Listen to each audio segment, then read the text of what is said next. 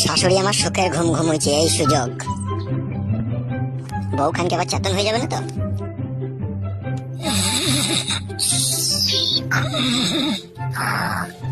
শাশুড়ি মারা যা ঘুমুইছে, মনে 12 বছর ঘুমায়নি তো মারা।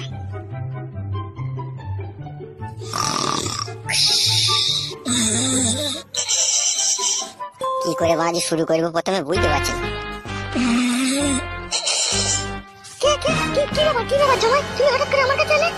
আস্তে আস্তে, বেশি জোরে কথা বলো না, তোমার মেয়ে আবার শুনতে পাবে।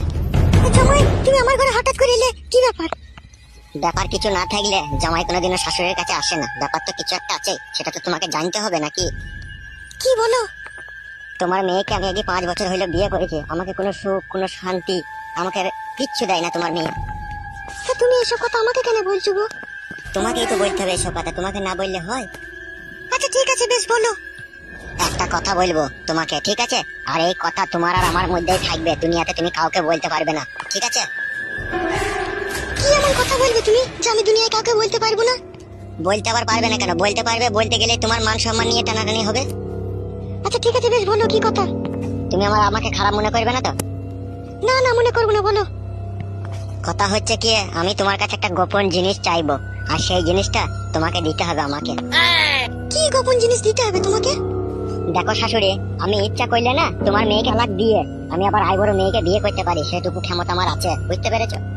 তা আমার মেয়ে কি এমন করেছে যে আমার মেয়েকে চালিয়ে তুমি আবার অন্য মেয়েকে বিয়ে করবে? সেই জন্যই তো রাতের অন্ধকারে তোমার কাছে একলা আসা। তা বলো, কিসের জন্য এসেছো তুমি?